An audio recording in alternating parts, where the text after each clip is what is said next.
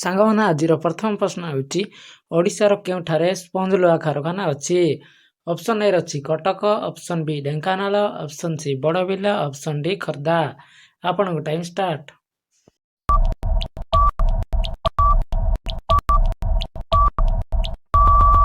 ସାଙ୍ଗମାନେ ଏହାର ସଠିକ୍ ଉତ୍ତରଟି ହେଉଛି ଅପସନ୍ ସି ବଡ଼ବିଲ।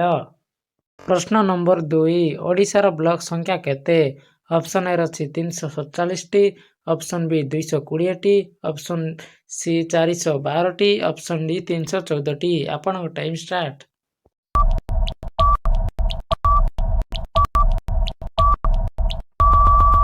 ସାଙ୍ଗମାନେ ଏହାର ସଠିକ୍ ଉତ୍ତରଟି ହେଉଛି ଅପସନ୍ ଡି 314ଟି। ପ୍ରଶ୍ନ ନମ୍ବର 3 ଓଡ଼ିଶାର ଠାକୁରାଣୀ ପାହାଡ଼ରୁ କ'ଣ ମିଳିଥାଏ? ଅପସନ୍ ଏ ଅଛି କୋଇଲା, ଅପସନ୍ ବି ଲୁହାପଥର, ଅପସନ୍ ସି ଚୂନପଥର, ଅପସନ୍ ଡି ଅଭ୍ର। ଆପଣଙ୍କ ଟାଇମ୍ ଷ୍ଟାର୍ଟ।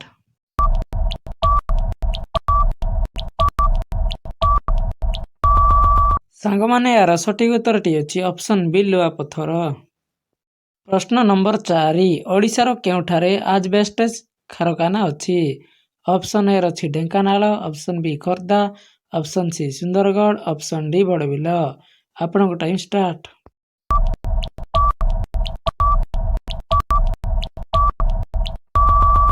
ସାଙ୍ଗମାନେ ଏହାର ସଠିକ୍ ଉତ୍ତରଟି ଅଛି ଅପସନ୍ ଏ ଢେଙ୍କାନାଳ। ପ୍ରଶ୍ନ ନମ୍ବର 5 ସୁନାବେଡ଼ାରେ କେଉଁ କାରଖାନା ଅଛି? ଅପସନ୍ ଏ ଅଛି ଆଲୁମିନିୟମ କାରଖାନା, ଅପସନ୍ ବି ମିର ବିବାନ କାରଖାନା, ଅପସନ୍ ସି ଲୁହା କାରଖାନା, ଅପସନ୍ ଡି ଷ୍ଟିଲ୍ କାରଖାନା। ଆପଣଙ୍କ ଟାଇମ୍ ଷ୍ଟାର୍ଟ।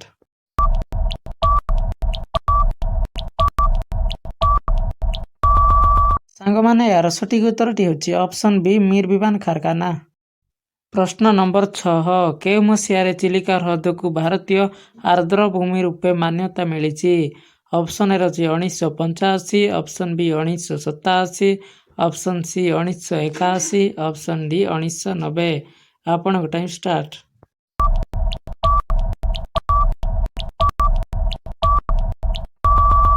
ସାଙ୍ଗମାନେ ଏହାର ସଠିକ୍ ଉତ୍ତରଟି ହେଉଛି ଅପସନ୍ ସି 1981। ପ୍ରଶ୍ନ ନମ୍ବର 7 ଭାରତର ବୃହତ୍ତମ ଓ ସର୍ବପୁରାତନ ସଂଗ୍ରହାଳୟ କେଉଁଠି ଅବସ୍ଥିତ? ଅପସନ୍ ଏ ଅଛି New Delhi, option B Uttar Pradesh, option C Paschimbanga, option D Andhra Pradesh. ଆପଣଙ୍କ ଟାଇମ୍ ଷ୍ଟାର୍ଟ।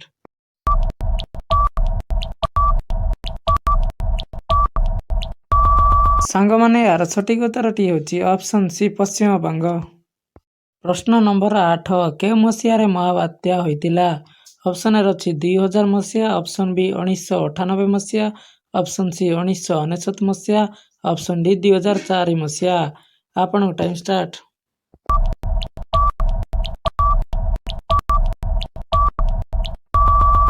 ସାଙ୍ଗମାନେ ଏହାର ସଠିକ୍ ଉତ୍ତରଟି ହେଉଛି ଅପସନ୍ ସି 1999 ମସିହା। ପ୍ରଶ୍ନ ନମ୍ବର 9 ପ୍ରଥମ ଭାରତୀୟ ମହାକାଶଚାରୀଙ୍କର ନାମ କ'ଣ? Option A Satish Dhawan, option B Ravi Mangotra, option C Rakesh Sharma, option D କେଉଁଠି ନୁହେଁ। ଆପଣଙ୍କ time start.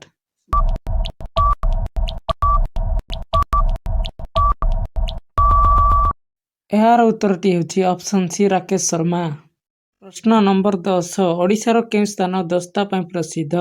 Option A Sundargarh, option B Dhenkanal, option C Bargarh, option D Barbil.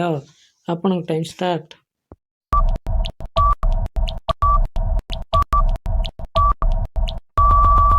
ସାଙ୍ଗମାନେ ଏହାର ଉତ୍ତରଟି ହେଉଛି ଅପସନ୍ ଏ ସୁନ୍ଦରଗଡ଼। ପ୍ରଶ୍ନ ନମ୍ବର 11 କେଉଁ ଶାସକ କୋଣାର୍କ ସୂର୍ଯ୍ୟ ମନ୍ଦିର ନିର୍ମାଣ କରିଥିଲେ? Option A Indradev, option B Narasimha Dev, option C Bhanudev, option D Chandradev. ଆପଣଙ୍କ ଟାଇମ୍ ଷ୍ଟାର୍ଟ।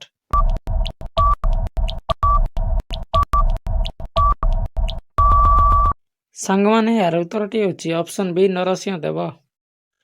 ଭିଡ଼ିଓଟିକୁ ସମ୍ପୂର୍ଣ୍ଣ ଦେଖିଥିବାରୁ ଆପଣମାନଙ୍କୁ ଧନ୍ୟବାଦ।